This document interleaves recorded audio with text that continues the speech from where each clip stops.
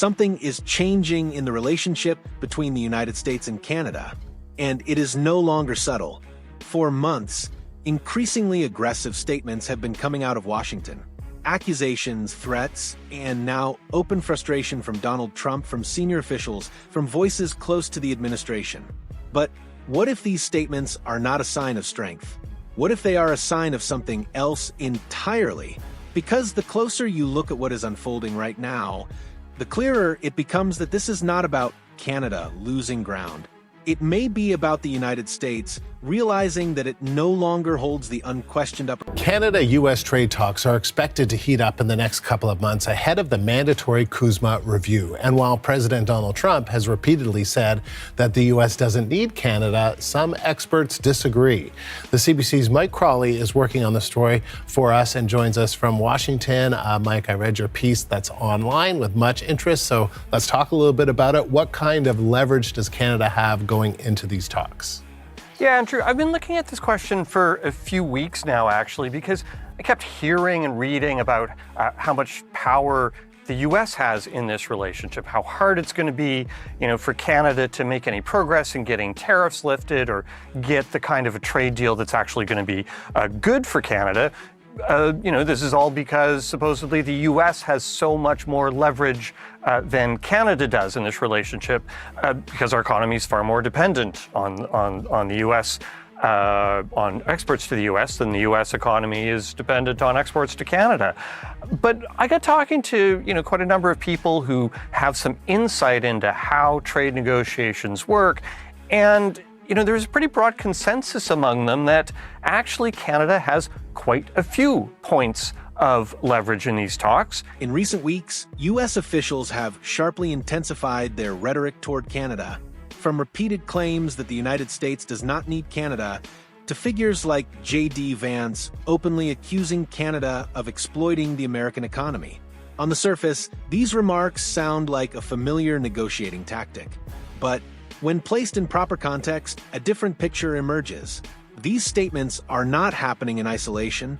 They are occurring at a very specific moment, just as trade talks approach and as the balance of leverage begins to shift. For decades, the assumption in Washington was simple. The United States held the power and Canada depended on access to the American market. That belief shaped policy decisions, justified tariffs, and encouraged pressure tactics. The expectation was that Canada would eventually concede. But according to multiple experts familiar with trade negotiations, that assumption is now being challenged.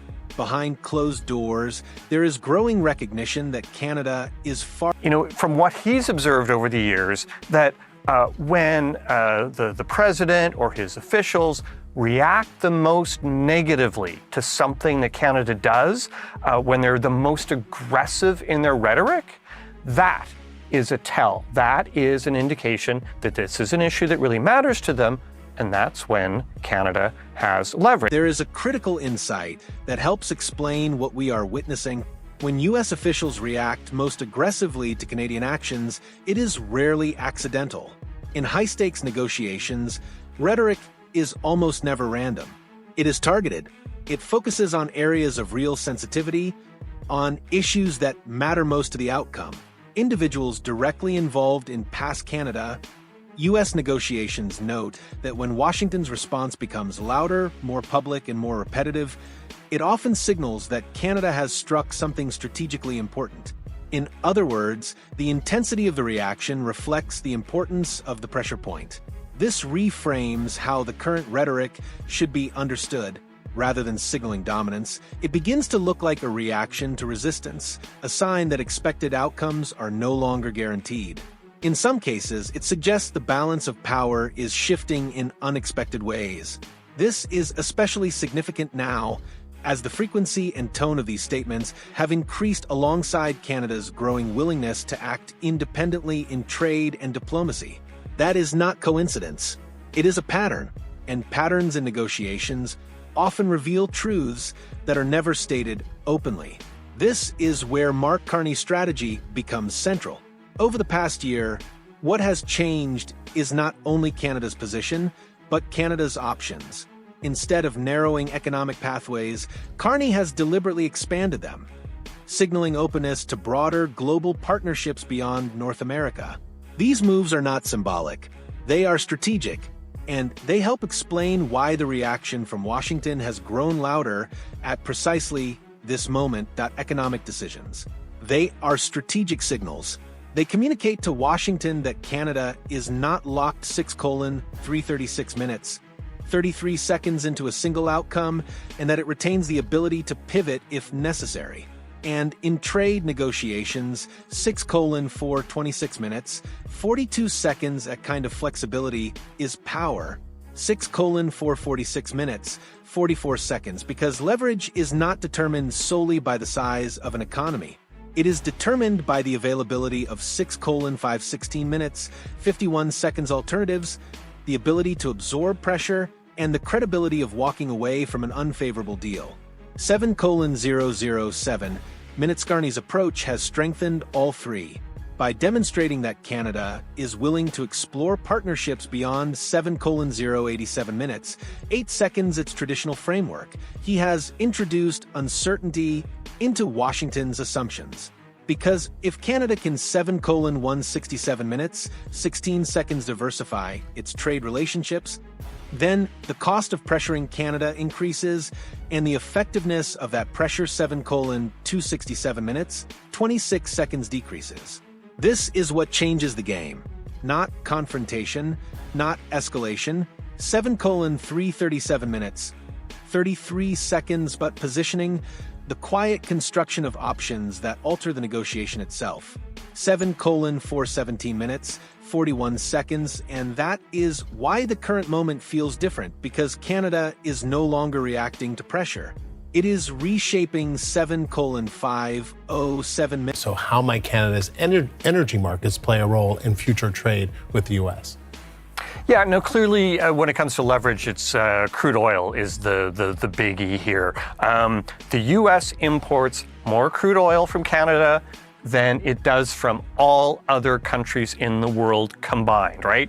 So I'm told that Canadian negotiators are basically trying to see what is a way that they can, leverage that resource, given all the uncertainty that we've got right now around rising prices, around U.S. access to oil from around the world. But the most consequential shift may not be diplomatic at all. It is economic, and more specifically, it is about energy. The United States imports more crude oil from Canada than from every other country combined. That single fact reshapes the entire equation. At a moment when global energy markets are under strain, stability becomes a strategic asset. And Canada offers exactly that: a reliable supply, geographic proximity, and political stability. All three are growing more valuable as global uncertainty accelerates. This means the United States is not merely partnered with Canada, it is dependent on it. The timing of this dependency matters. Conflict in the Middle East has disrupted energy flows. Oil prices have climbed, and global supply chains are under increasing stress. At the same time, economic pressure inside the United States is mounting. The cost of living is rising. Voters are becoming more sensitive to price increases, and tariffs that were once framed as leverage are now widely viewed as sources of domestic pain. This creates a fundamentally different negotiating environment, one that places enormous pressure on Donald Trump. It means the United States is no longer negotiating from a position of unquestioned strength. It is negotiating under constraint, and energy is only part of the picture.